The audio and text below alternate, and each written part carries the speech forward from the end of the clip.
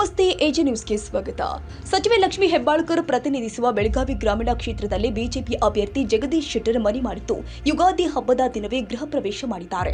ಹೌದು, ನಗರದ ಕುಮಾರಸ್ವಾಮಿ ಲೇಔಟ್ನಲ್ಲಿ 2 ಮಹಡಿಯ ಮನೆಯನ್ನ ಜಗದೀಶ್ ಶೆಟ್ಟರ್ ಬಾಡಿಗೆ ಪಡೆದಿದ್ದಾರೆ. ಇಂದು ಶೆಟ್ಟರ್ ಕುಟುಂಬ ಮನೆಯಲ್ಲಿ ವಿಶೇಷ ಪೂಜೆ ನಡೆಸಿದೆ. ಈ ವೇಳೆ ಶೆಟ್ಟರ್ ಅವರಿಗೆ ಪತ್ನಿ ಶಿಲ್ಪಾ, ಸಂಸದೆ ಮಂಗಳ ಅಂಗಡಿ, ಸೊಸೆ ಶ್ರದ್ಧಾ ಶೆಟ್ಟರ್, ಪುತ್ರ ಸಂಕಲ್ಪ ಸ್ಫೂರ್ತಿ ಪಾಟೀಲ್ ಸಾಥ್ ಕೊಟ್ಟಿದ್ದಾರೆ. ಜಗದೀಶ್ ಶೆಟ್ಟರ್ ಹೊರಗಿನವರು ವಿಳಾಸ ಹೇಳಲಿ ಅಂತ ಪದೇ ಪದೇ ಸಚಿವೆ ಲಕ್ಷ್ಮೀ ಹೆಬ್ಬಾಳ್ಕರ್ ಸವಾಲ್ ಹಾಕಿದ್ರು. ಇದೀಗ ಬೆಳಗಾವಿಯಲ್ಲಿ ಮನೆ ಮಾಡಿ ಗೃಹ ಪ್ರವೇಶ ಕಾರ್ಯಕ್ರಮವನ್ನು ಕೂಡ ಮಾಡಿದ್ದಾರೆ. ಇದೇ ವೇಳೆ ಮಾತನಾಡಿರುವ ಶೆಟ್ಟರ್, ನಾಡಿನ ಜನತೆಗೆ ಯುಗಾದಿ ಹಬ್ಬದ ಶುಭಾಶಯಗಳು. ಇಂದು ಯುಗಾದಿ ಹಿನ್ನೆಲೆ ಗೃಹ ಪ್ರವೇಶ ಮಾಡಿದ್ದೇನೆ. ಬೆಳಗಾವಿಯಲ್ಲಿ ಕಚೇರಿಯನ್ನು ಕೂಡ ತೆರೆಯುತ್ತೇನೆ. ವಿರೋಧ ಪಕ್ಷದವರಿಗೆ ಉತ್ತರ ಕೊಡಲು ನಾನು ಮನೆ ಮಾಡಿಲ್ಲ. ಟೀಕೆ ಮಾಡುವ ಮುಂಚೆಯೇ ನಾನು ಮನೆ ಮಾಡುವುದಾಗಿ ಹೇಳಿದೆ. ಅದರಂತೆ ಮನೆ ಮಾಡಿದ್ದೀನಿ ಎಂದರು.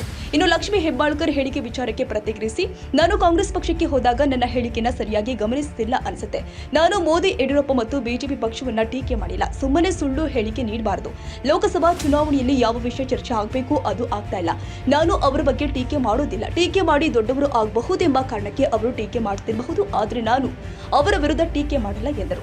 ಟೀಕೆ ಮಾಡೋದನ್ನ ಬಿಟ್ಟು ನಿಮ್ಮ ಪಕ್ಷದ ಪ್ರಧಾನಿ ಬಗ್ಗೆ ಹೇಳಿ. ಕಾಂಗ್ರೆಸ್ ಪ್ರಧಾನಿ ಯಾರು? ಇಂಡಿಯಾ ಒಕ್ಕೂಟದ ಪ್ರಧಾನಿ ಯಾರು? ಟೀಕಿಸೋದನ್ನ ನಿಲ್ಲಿಸಿ. ನಿಮ್ಮ ನಾಯಕ ಯಾರೆಂಬುದನ್ನು ಹೇಳಿ ಅಂತ ಲಕ್ಷ್ಮೀ ಹೆಬ್ಬಾಳ್ಕರ್ಗೆ ಟಾಂಗ್ ಕೊಟ್ಟಿದ್ದಾರೆ.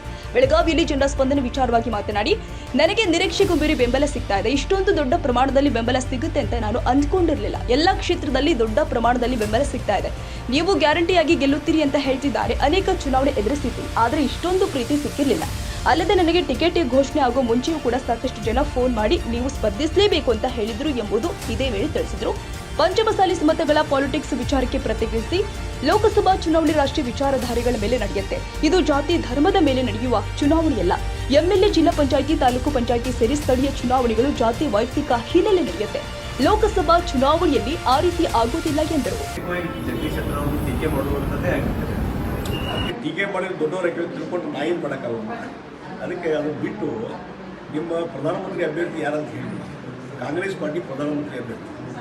ನೀವು 300 ರೂಪಾಯಿ ಹೆಚ್ಚು ಸೀಟ್ಗಳನ್ನು ತೆಗೆದುಕೊಳ್ತಿರೋ ಇಲ್ಲ ಅದನ್ನು ಹೇಳಿ. ನೀವು ಅಧಿಕಾರಕ್ಕೆ ಬರ್ತಿರೋ ಇಲ್ಲ ಅದನ್ನು ಹೇಳಿ. ರಾಹುಲ್ ಗಾಂಧಿ ನಿಮ್ಮ ಪ್ರಧಾನಮಂತ್ರಿ ಎದೆ ತಟ್ಟಿ ಹೇಳಿ. ನಾವು ಹೇಳ್ತೀವಿ, ನಮ್ಮ ಪ್ರಧಾನಮಂತ್ರಿ ಅಭ್ಯರ್ಥಿ ನರೇಂದ್ರ ಮೋದಿ ಅವರು, ಬಿಜೆಪಿ. NDA ಒಕ್ಕೂಟದ ಅಭ್ಯರ್ಥಿ ನರೇಂದ್ರ ಮೋದಿ. ನಿಮ್ಮ ಕಾಂಗ್ರೆಸ್ ಪಾರ್ಟಿ ಪ್ರಧಾನಮಂತ್ರಿ ಅಭ್ಯರ್ಥಿ ಯಾರು? ನಿಮ್ಮ ಇಂಡಿಯಾ ಒಕ್ಕೂಟದ ಅಭ್ಯರ್ಥಿ ಯಾರು ಪ್ರಧಾನಮಂತ್ರಿ? ಇದನ್ನು ಹೇಳಿ ಅವರು. ಇದ್ರಾಗ ಡಿಬೇಟ್ ಮಾಡೋದು ಬಿಟ್ಟು ಮನಿ ಮಾಡಿರೋದು, ಅದು ಮಾಡಿರೋದು, ಇದು ತೊಗೊಂಡು ಏನು ಮಾಡೋದು? ಜನ ಅದಕ್ಕೆ ಅದನ್ನು ವಿಚಾರ ಮಾಡ್ತಾ ಇಲ್ಲ. ದೇಶದ ಹಿತದೃಷ್ಟಿ, ದೇಶದ ರಕ್ಷಣೆ, ಸಂರಕ್ಷಣೆ ಮತ್ತು ದೇಶದ ಹಿತ ಕಾಯುವಂಥ ಲೀಡರ್ಶಿಪ್ಪು ಇದು ಕೇಳ್ತಾ ಇದ್ದಾರೆ. ಅದ್ರ ಬಗ್ಗೆ ಇವತ್ತು ಪ್ರತಿಯೊಬ್ಬ ಜನಸಾಮಾನ್ಯ ಏನು ಹೇಳ್ತಾ ನಡೀತಾ ಇದೆ ಚರ್ಚೆ ಅಂದರೆ, ನರೇಂದ್ರ ಮೋದಿ ಮತ್ತೊಂದು ಸಲ ಪ್ರಧಾನಮಂತ್ರಿ ಆಗಬೇಕು. ಅವರು ಆಗೋದ್ರಿಂದ ದೇಶದ ಸುರಕ್ಷತೆ ಇರ್ತದೆ, ಸಂರಕ್ಷಣೆ ಇರ್ತದೆ. ಅವ್ರ ಕೈಯಲ್ಲಿ ನಾವು ಸಂರಕ್ಷಣೆ ಆಗಿ ಶಾಂತಿಯಿಂದ ಇರ್ತೇವೆ. ಇದು ಡಿಬೇಟ್. ಹಾಗಾದ್ರೆ ಕಾಂಗ್ರೆಸ್ಸಿನ ಲೀಡರ್ ಯಾರು ಹೇಳಬೇಕು, ಇದ್ರ ಬಗ್ಗೆ ಡಿಬೇಟ್ ಮಾಡಿ. ನೋಡಿ, ಇಲ್ಲಿ ಜಾತಿ, ಕಾಸ್ಟ್, ಕ್ರೀಡ್ ಎಲ್ಲವನ್ನು ಬಿಟ್ಟು ಈ ಚುನಾವಣೆ ನಡೀತದೆ. ಹೀಗಾಗಿ ಇಲ್ಲಿ ಜಾತಿ, ಸಮಾಜ ಮತ್ತೊಂದು ಯಾವುದೂ ಬರುವುದಿಲ್ಲ. ಇಡೀ ದೇಶ ಒಂದು ಮತ್ತು ನಾವು ಒಳ್ಳೆ ನಾಯಕ ಬೇಕು ಅನ್ನುವಂಥ ಚುನಾವಣೆ.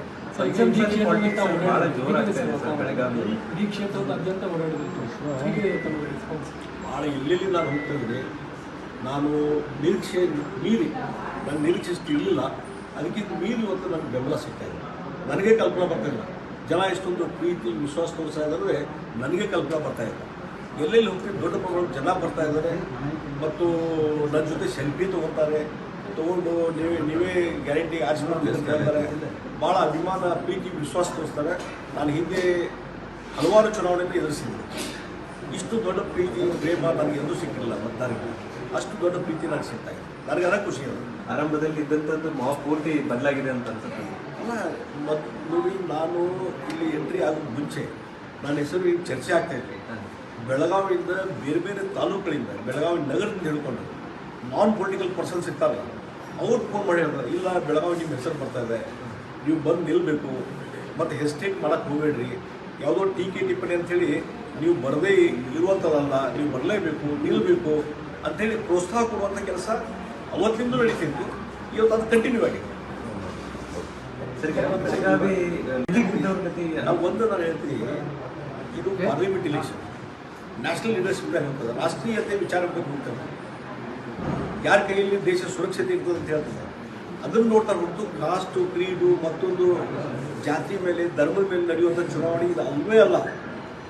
MLA ಎಲೆಕ್ಷನ್ ಇರ್ಬೋದು, ಪಾರ್ಲಿಮೆಂಟ್ ಇದು ಜಡ್ಪಿ ತಾಲೂಕು ಪಂಚಾಯತ್ ಇರ್ಬೋದು, ಮಾನವ ಸಭೆ, ಅವೆಲ್ಲ ವೈಯಕ್ತಿಕವಾದಂಥ ನೆಲೆ ಮೇಲೆ ಸಮಾಜ ಜಾತಿ ಇವೆಲ್ಲ ನಡೆಯುತ್ತೆ. ಇದು ಪಾರ್ಲಿಮೆಂಟ್, ಇದು ಇಸ್ ಅಬೌವ್ ಕಾಸ್ಟ್ ಮೇಲೆ ನಡೆಯುವಂಥ ಚುನಾವಣೆ. ಈಗ ಬಾಲ್ಕನಿ ಅಡ್ರೆಸ್ ಹೇಳ್ತಾರಲ್ಲ, ಎದ್ದು ಕೇಂದ್ರ ಮಂತ್ರಿ ಆದಮೇಲೆ ಅವರೇ ಅಡ್ರೆಸ್ ಹುಡ್ಕೊಂಡು ಹೋಗುವಂಥ ನಿರ್ಮಾಣ ಆಗುತ್ತೆ. ಹೇಳ್ಯಾರ ಅದಕ್ಕೆ ನೋ ಕಾಮೆಂಟ್. ಅವ್ರು ಹೇಳಿರಲ್ಲ, ಅದಕ್ಕೆ ಉತ್ತರ ಅವ್ರು ಹೇಳ್ಬೇಕು.